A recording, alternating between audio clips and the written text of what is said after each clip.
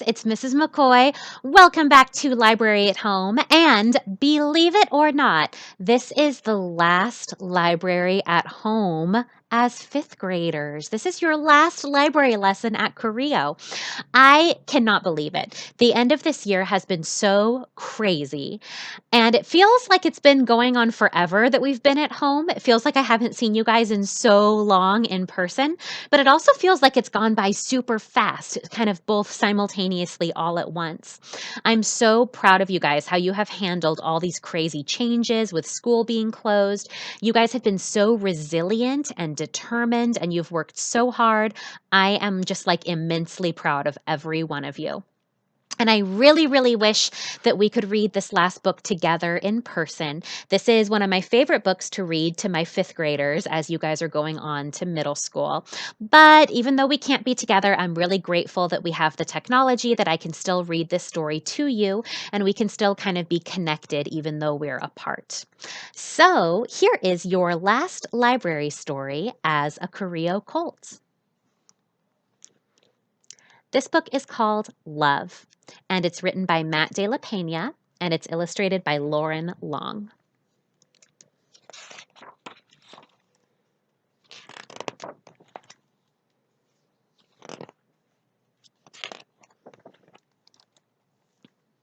In the beginning, there is light, and two wide-eyed figures standing near the foot of your bed, and the sound of their voices is love. A cab driver plays love softly on his radio, while you bounce in back with the bumps of the city, and everything smells new, and it smells like life.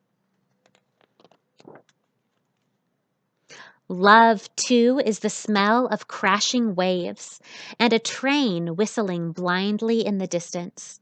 And each night, the sky above your trailer turns the color of love.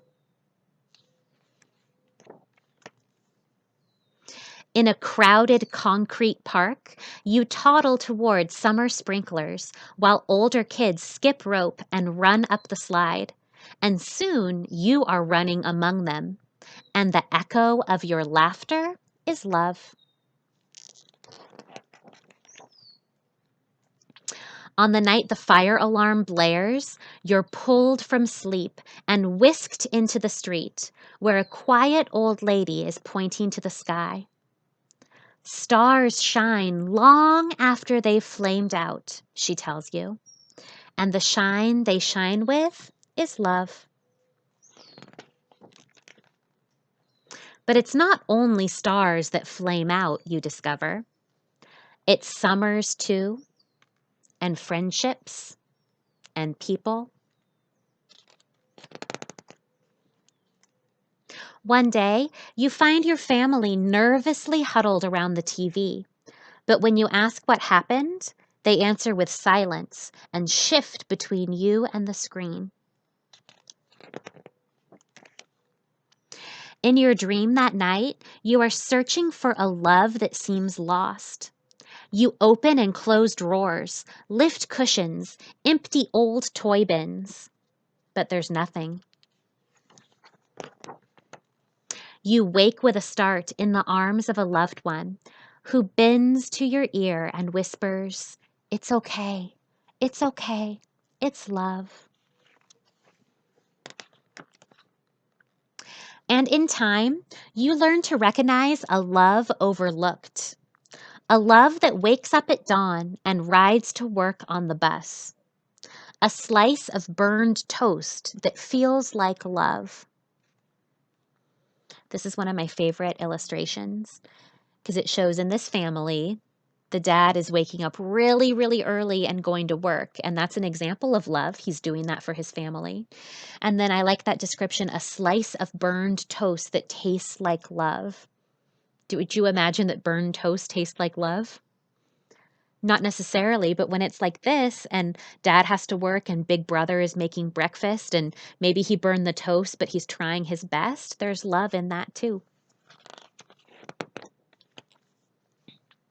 And it's love in each deep crease of your grandfather's face as he lowers himself onto an overturned bucket to fish. And it's love in the rustling leaves of gnarled trees lined behind the flower fields. And it's love in the made-up stories your uncles tell in the backyard between wild horseshoe throws. And the man in rags outside the subway station plays love notes that lift into the sky like tiny beacons of light. And the face staring back in the bathroom mirror, this too is love. So, when the time comes for you to set off on your own, heavy winds will sweep past your building, and great gray clouds will congregate above. Your loved ones will stand there like puddles beneath their umbrellas, holding you tight and kissing you and wishing you luck. But it won't be luck you'll leave with, because you'll have love. You'll have love, love, love.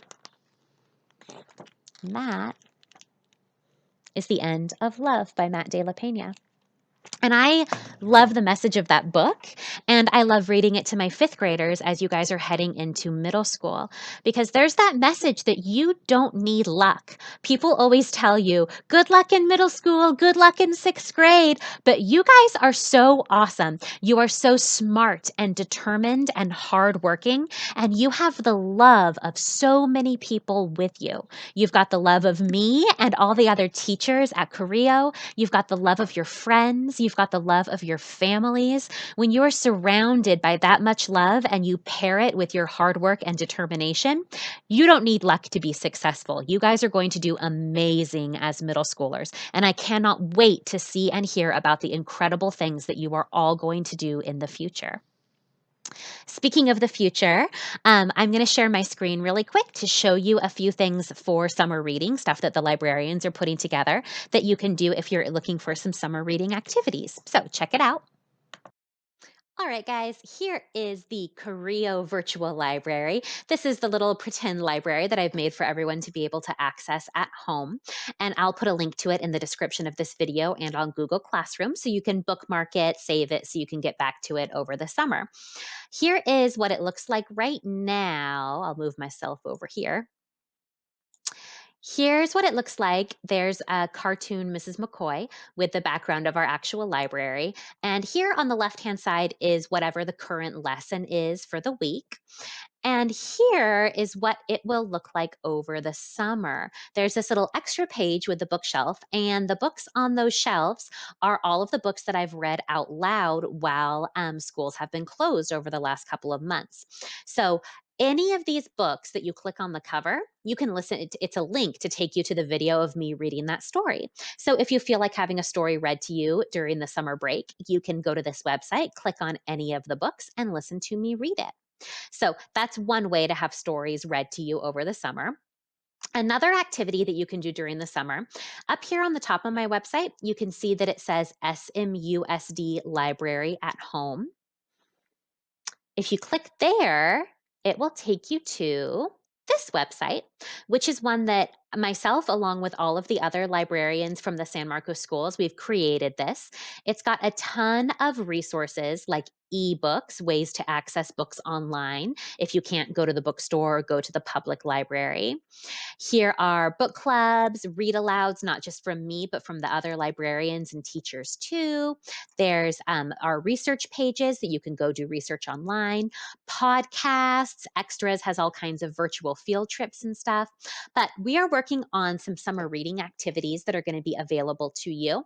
There's going to be things like bingo and choice boards where you can choose different activities to do.